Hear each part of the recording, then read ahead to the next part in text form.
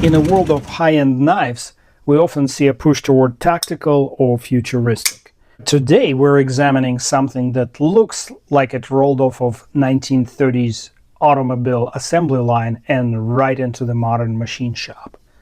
And no wonder the knife bears the name Bentley. And there is no doubt in my mind which classic Bentley inspired the designer of this knife, Michael Draw. Well, I don't know much about him. I know this. He has some presence on social media within the knife community, and it's not his first experiment in knives. He hits it running right out of the gate with a titanium handle and magna-cut blades. The OEM he picked for the knives is not a slouch either. This is a Bestech creation. You know what? Every time I review a Bestech knife, I find very little to complain about. And the way they heat treat magna-cut on the knives that I measured was amazing too. 63 to 63.5 HRC. The texture is great on the naked titanium handle. It's a stonewash working finish, and it's contrasted with a satin finish complex grind blade. And what's interesting to me, Mike's first production creation is challenging a very well-known, very well-established brand. Here's Chavez Redención 229 and 229 Street. Those are brutes of a knife, but next to the Bentley, they kind of turn into regular size EDCs. And how about a design developed by someone who knows a thing or two about knives? These are newly released Excalibur and Excalibur Compact with a new Vertilock by Kunwu, designed by Metal Complex. I already reviewed these knives, and if you were a subscriber, you probably saw the video. So please subscribe, hit the like while you're at it. And speaking of brutes, here is MSI standard size and a regularly sized MSI Mini. Nothing much mini about that one.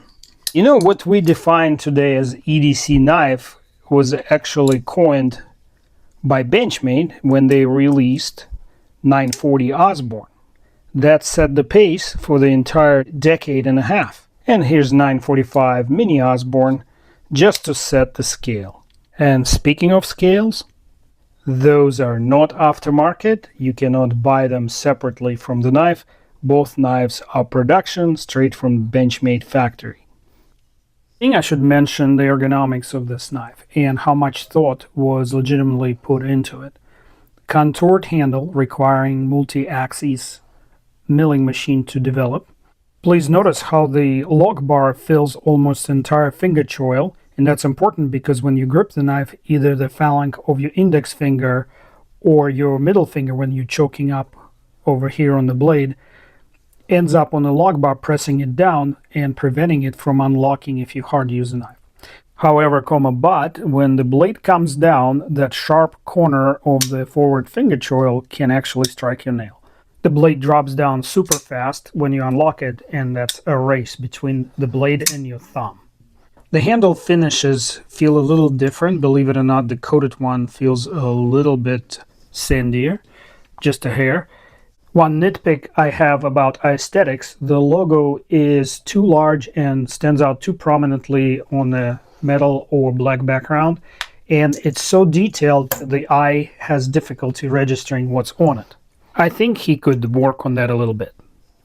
The hardware is T8 all around, Torx number 8. Pivot and all the screws can be removed with a single screwdriver, which tells me also it's captive. We're going to disassemble to take the blades out for hardness test, which is coming up in a minute, and take a look to make sure that's the case. There is some Loctite on it, but not excessively too much, so I have no difficulty disassembling the knife.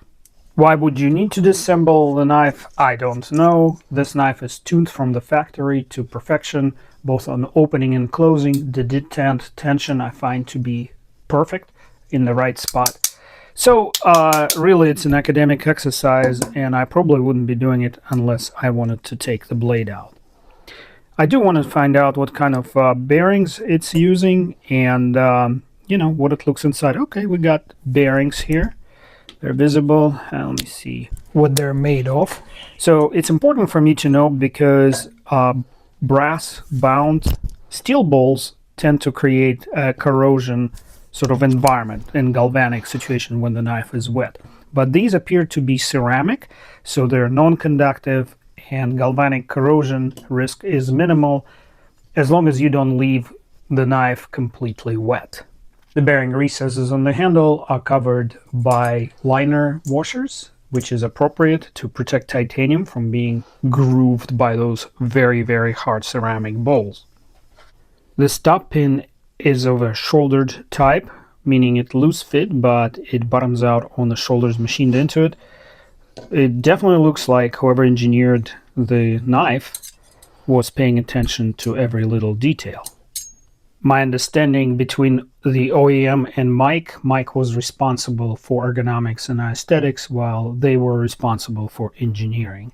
They also make a reverse tuxedo version of the knife that looks pretty much like this. Bare titanium handle and PVD coated blade.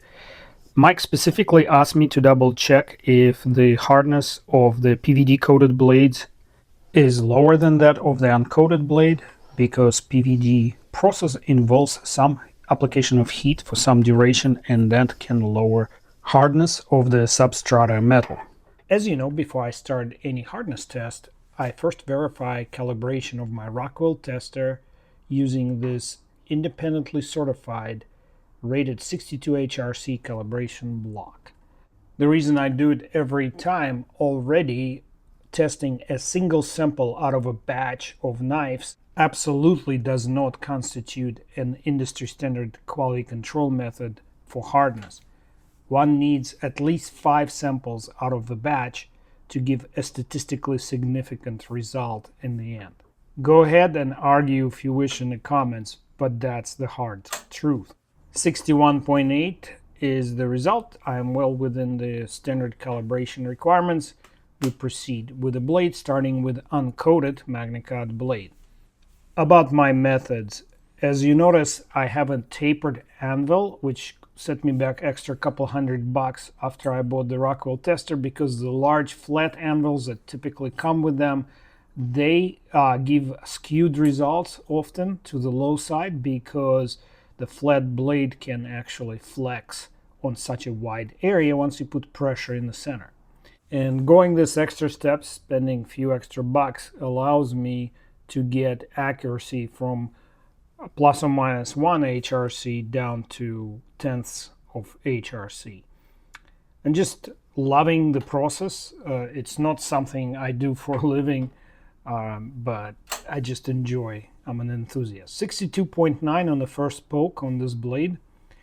I would say reasonably decent. Moving on.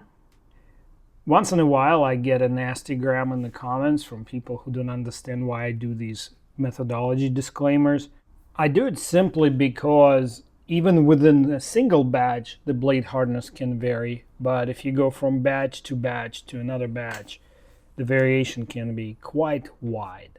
All right, let's see what we got on the second poke. 62.6, and we're going to do one more poke here. So critical thing is to understand how statistics works. So I'm trying to maximize your experience here by doing more than one poke at least. That's the least I can do to give you some semblance of accurate reading. But again, it's just for this one blade. All that aside, I'm still super grateful to anyone who does these tests to benefit the community. I got 63.6, which is just a hair outside the allowable tolerance range, which means I'm calculating the average based on the first 2 pokes. All right, next on the block is the coated blade, and as you can see, I removed the coating in the tang area, but because I'm trying to dispel another myth that keeps popping up in the comments, I will also poke it in the coated area so that you can see with your own 2 eyes something that Outdoors 55 already proved positively in one of his excellent videos. Presence of coating on the blade does not change the readout on a Rockwell tester. 61.3 on the first poke. Some hardness drop in the blade, not in the coating. In the substrata metal, is expected when applying PVD coating process because it's a heat intensive and long duration operation. Now, I think it's silly to apply coatings to stainless steels, but hey, that's where a community is at. 61.7 on the second poke. You know, I understand the importance of aesthetics, but the target for uncoated then should have been 63.5 or higher, and then we would get at least over 62 HRC on the coated blades. And so this last poke is going right into the coated area on the flat of the blade. As I tirelessly say in almost every video, there are steels out there that are not susceptible to hardness drop when Cerakoted or PVD coated.